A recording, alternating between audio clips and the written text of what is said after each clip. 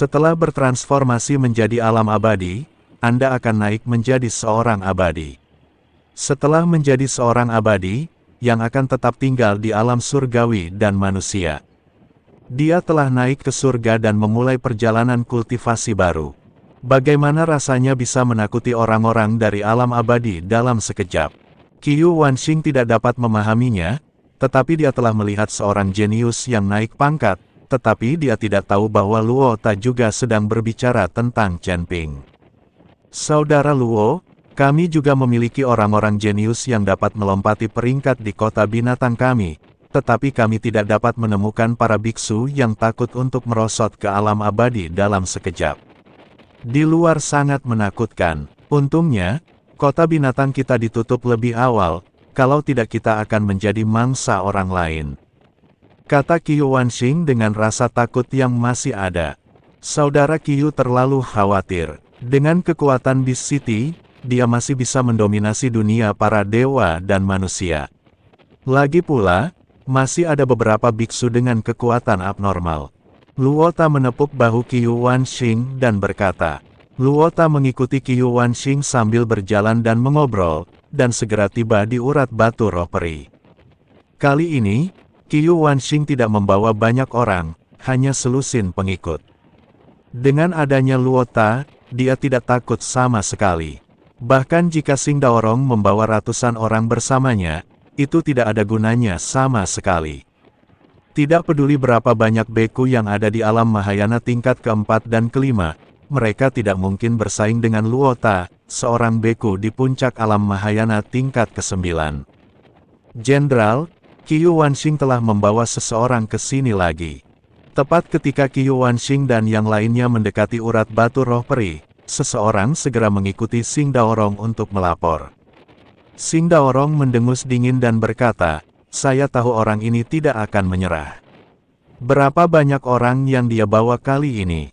Hanya lebih dari selusin, kata pelayan itu. Lebih dari 10. Xing Daorong mengerutkan kening, apa yang orang ini lakukan? Ikut aku keluar dan lihat. Xing Daorong memimpin orang-orang keluar dari istana sementara. Melihat dari kejauhan, Xing Daorong melihat bahwa Qiu Wanxing benar-benar membawa lebih dari selusin orang, dan di samping Qiu Wanxing ada seorang pria kuat setinggi beberapa meter. Meskipun Xing Daorong tidak mengenal Luo Ta, dia tidak memasukkannya ke dalam hati. Bagaimanapun, di seluruh kota Bis, satu-satunya orang yang bisa lebih kuat dari mereka adalah penguasa kota yang tidak muncul selama bertahun-tahun. Xing Daorong, dengan bawahannya di belakangnya, berdiri dengan anggun di depan istana, menatap Qiu Wanxing dan kelompoknya yang perlahan mendekat. Ketika jarak antara kedua belah pihak menyempit, Xing Daorong memimpin serangan. Dengan lengkungan mengejek di bibirnya, dia berteriak dengan keras, Qiu Wanxing, jenderalmu yang kalah melarikan diri dalam keputusasaan terakhir kali, dan hari ini dia membawa 2 atau 3 dari anak kucing ini bersamanya. Untuk mati, mungkinkah kepalanya tersangkut di pintu? Wajah Qiu Wanxing tiba-tiba menjadi sangat suram hingga dia bisa meneteskan air. Dia mengertakkan gigi dan menjawab dengan kejam, Xing Daorong, jangan sombong. Terakhir kali hanyalah kelalaian saya.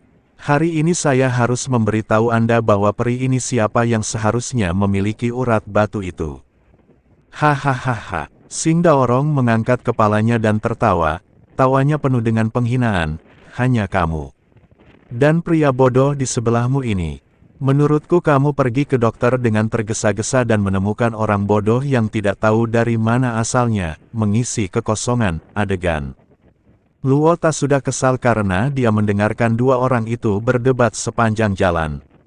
Pada saat ini, karena dipermalukan oleh Xing Daorong, dia tiba-tiba menjadi marah, tidak tahu bagaimana hidup atau mati, beraninya kamu. Beraninya kamu mempermalukanku seperti ini. Sebelum dia selesai berbicara, tubuh Luo Ta bersinar seperti cangkang yang keluar dari tong, dan dengan suara angin bersiul, dia langsung bergegas menuju Xing Daorong. Ekspresi Xing Daorong tiba-tiba berubah. Meskipun dia sudah bersiap, kecepatan Luo Ta sangat cepat sehingga dia hampir tidak punya waktu untuk bereaksi. Pada saat kritis, Xing Daorong secara tidak sadar mengerahkan kekuatan spiritualnya dan buru-buru memadatkan perisai spiritual di depannya. Ledakan, tinju rota dipenuhi dengan kekuatan yang luar biasa dan menghantam perisai dengan keras, membuat ledakan yang memekakkan telinga. Xing Daorong hanya merasakan kekuatan yang tak tertahankan datang dari dirinya. Seluruh tubuhnya seperti layang-layang yang talinya putus, terbang terbalik sejauh puluhan meter tak terkendali, menyeret jejak panjang di tanah, dan akhirnya jatuh dengan keras. Engah, Xing Daorong membuka mulutnya dan mengeluarkan seteguk besar darah, menodai tanah di depannya menjadi merah. Ketika anak buah Xing Daorong melihat ini, mereka semua berteriak panik dan ingin segera menyelamatkan mereka, tetapi mereka ditekan oleh aura kuat yang memancar dari tubuh Luo Ta dan tidak bisa bergerak. Xing Daorong bangkit dari tanah dengan susah payah, menyeka darah dari sudut mulutnya dengan tangan gemetar, matanya penuh dengan keterkejutan dan keengganan. Dia tidak pernah berpikir bahwa ada orang yang begitu kuat selain penguasa kota di Beast City, dan dia sangat rentan di depan pihak lain. Melihat Xing Daorong terluka oleh pukulan Luo Ta, Qiu Wanxing sangat senang. Dia memandang Xing Daorong dengan bercanda dan berkata, "Xing Daorong, kamu harus dengan patuh menyerahkan urat batu roh peri, dan kemudian menyerahkan orang yang membunuh anakku. Aku bisa melakukannya demi rekan-rekan kita, selamatkan hidupmu." Petik 2. Jika kamu masih keras kepala, aku tidak akan peduli. Kakak Luo memiliki temperamen yang sangat buruk. Dengan satu pukulan, kamu bisa dilenyapkan. Qiu Wanxing tidak ingin Luo Ta membunuh Xing Daorong saat ini. Bagaimanapun, Luo Ta berasal dari luar kota Beast. Jika Luo Ta membunuh Xing Daorong, akan merepotkan untuk mengejarnya jika penguasa kota muncul. Dia hanya perlu merampok urat batu roh peri dan membunuh Chen Ping. Qiu Wanxing harus menangani nyawa Xing Daorong sendirian. Jika penguasa kota benar-benar muncul untuk mengejar kasus ini, itu akan menjadi perselisihan sipil, dan kejahatan tersebut tidak akan menyebabkan kematian. Qiu Wanxing, berhentilah berpura-pura menjadi orang baik bersamaku. Sebenarnya, kamu sudah lama ingin membunuhku. Jangan kira aku tidak tahu. Saya tidak akan menyerahkan urat batu roh peri kepada Anda, dan bahkan lebih mustahil lagi bagi saya untuk menyerahkannya kepada Anda, Tuan Chen. Jika Anda memiliki kemampuan, lakukanlah. Xing Daorong bisa dianggap laki-laki, katanya sambil mendengus dingin. Hah, kemampuan seseorang terlalu berlebihan. Ketika Luo Ta melihat ini, wajahnya penuh dengan penghinaan, dan dia mendekati Xing Daorong selangkah demi selangkah, membuat tanah sedikit bergetar dengan setiap langkah yang dia ambil. Hari ini adalah hari kematianmu. Setelah mengatakan itu, bola kekuatan spiritual hitam terkondensasi di tangan Luo Ta. Kekuatan spiritual itu seperti matahari hitam yang akan meledak, memancarkan aura yang menakutkan. Xing Daorong melihat kekuatan spiritual hitam yang mendekat dan merasakan keputusasaan yang mendalam di hatinya. Namun, sebagai seorang jenderal, harga dirinya pada tulang membuatnya tidak mau menerima nasibnya. Tidak mudah membunuhku. Xing Daorong mengertakkan gigi, mencoba yang terbaik untuk mengerahkan kekuatan spiritualnya lagi, dan bersiap untuk pertarungan terakhir yang putus asa. Namun, dia hanya memiliki sedikit kekuatan spiritual yang tersisa saat ini, dan serangan yang dia ringkas tampak sangat lemah. Di saat kritis ketika Luo Ta hendak mengambil tindakan dan mengakhiri hidup Xing Daorong, tiba-tiba angin di langit tiba-tiba berubah. Langit yang semula biru langsung diselimuti awan gelap, dan awan gelap tebal bergulung dan melonjak seperti tinta. Kilatan petir tebal melayang menembus awan, membuat guntur memekakkan telinga. Semua orang tercengang dengan perubahan mendadak ini dan melihat ke langit. Luo Ta juga menghentikan apa yang dia lakukan, sedikit keraguan dan kegelisahan muncul di matanya. Ini, apakah seseorang menyebabkan badai petir? Qiu Wanxing bertanya dengan ngeri, dengan sedikit gemetar di suaranya.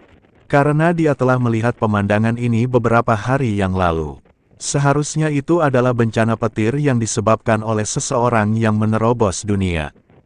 Namun kekuatan macam apa yang bisa memicu pergerakan guntur sebesar itu? Pada saat ini, jauh di dalam urat batu peri, Chen Ping tenggelam dalam momen kritis terobosan. Selama hari-hari pelatihan gila ini, Chen Ping terus menyerap energi spiritual yang kaya di urat batu roh peri. Kekuatan spiritual di tubuhnya seperti gelombang pasang, terus-menerus berdampak pada penghalang alam Mahayana tingkat kedua. Baru saja, Chen Ping akhirnya berhasil menerobos rintangan tersebut dan berhasil mencapai alam Mahayana tingkat kedua. Saat kekuatan spiritual di tubuh Chen Ping melonjak, langit dan bumi sepertinya merespons ritme kuno, dan bencana guntur yang belum pernah terjadi sebelumnya tiba-tiba turun. Di kedalaman urat batu peri, cahaya dan guntur saling terkait, membentuk gambaran yang mengejutkan. Awan gelap tidak lagi sekadar menggulung tinta, tetapi berubah menjadi pusaran air yang dalam, seolah terhubung dengan kekuatan kekacauan 9 hari lagi. Petir bukan lagi ular perak yang sesekali melintas, melainkan telah berubah menjadi jaringan guntur tak berujung. Masing-masing setebal pilar raksasa, membawa kekuatan penghancur langit dan bumi, membelah seluruh langit menjadi berkeping-keping. Bunyi guntur tak lagi sekedar memekakkan telinga, namun sudah berubah menjadi suara gemuruh yang mampu mengguncang jiwa. Setiap bunyinya bagaikan desahan langit dan bumi yang membuat orang merasa takjub. Siapa yang akan mengalami kejadian seperti itu setelah melalui kesengsaraan? Luota melihat ke langit, matanya penuh keterkejutan. Dia bahkan lupa mengambil tindakan terhadap Sing Daorong. Dan Sing Daorong juga melihat ke langit dengan wajah bingung. Dia tidak mengerti siapa yang meningkatkan wilayahnya. Bencana petir yang mengerikan beberapa hari yang lalu disebabkan oleh Chen Ping yang menerobos ke alam Mahayana. Tapi bagaimana dengan kali ini? Apakah itu juga Chen Ping? Sing Daorong tidak dapat membayangkan bahwa hanya dalam beberapa hari, dapatkah Chen Ping menerobos dari alam Mahayana tingkat pertama ke alam Mahayana tingkat kedua? Jika benar, itu keterlaluan. Di mata semua orang yang terkejut, kekuatan kesengsaraan guntur menjadi semakin ganas, dan langit tampak terkoyak. Guntur ilahi ungu jatuh dari langit, membawa aura menghancurkan segalanya. Guntur ini bukan hanya serangan fisik, tetapi juga berisi ujian terhadap hukum langit dan bumi, mencoba memusnahkan kekuatan spiritual dalam tubuh Chen Ping, menghancurkan kemauannya, dan membiarkannya tenggelam dalam lautan guntur yang tak berujung ini. Namun, alih-alih dihancurkan oleh badai petir, Chen Ping menggunakan kekuatan langit dan bumi untuk terus melemahkan tubuh dan jiwanya. Kekuatan spiritual dalam tubuhnya sepertinya telah dirangsang hingga potensi yang tidak terbatas.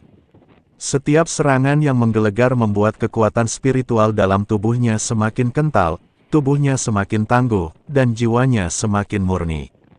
Di bawah bencana guntur yang besar ini, Chen Ping sepertinya beresonansi dengan langit dan bumi. Setiap kilatan petir mencerminkan kemauannya yang pantang menyerah. Setiap gema guntur menyatakan tekadnya untuk bergerak menuju alam yang lebih tinggi. Akhirnya, setelah pemboman yang tak terhitung jumlahnya, badai petir berangsur-angsur mereda, awan gelap menghilang, dan matahari kembali bersinar di bumi. Chen Ping berdiri dengan bangga di urat nadi tambang, memancarkan cahaya keemasan yang samar. Itu adalah aura suci yang unik setelah terobosan, menandai bahwa dia telah berhasil selamat dari badai petir yang mendebarkan ini dan memasuki dunia latihan baru. Chen Ping perlahan membuka matanya, dan cahaya terang muncul di matanya. Dia merasakan kekuatan yang melonjak di tubuhnya, dan senyuman percaya diri muncul di sudut mulutnya. Kemudian, dia melintas dan terbang dengan cepat menuju bagian luar vena batu roh peri.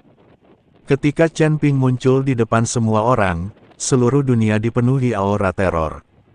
Itu kamu. Saat Luota melihat Chen Ping, matanya hampir melotot, dan wajahnya penuh dengan keterkejutan dan kemarahan. Mengapa kamu ada di sini? Chen Ping juga seorang biksu di luar kota binatang. Anda harus tahu bahwa perangkat genggam ini tidak mengizinkan biksu di luar kota binatang untuk masuk. Luota bisa datang dan pergi dengan bebas karena harta spiritual yang diberikan oleh Qiu Wanxing, tapi bagaimana Chen Ping bisa masuk? Chen Ping mengabaikan kemarahan Luota, tetapi menoleh untuk melihat Sing Daorong yang terbaring di tanah, dan bertanya dengan prihatin, "Jenderal Sing, kamu baik-baik saja?"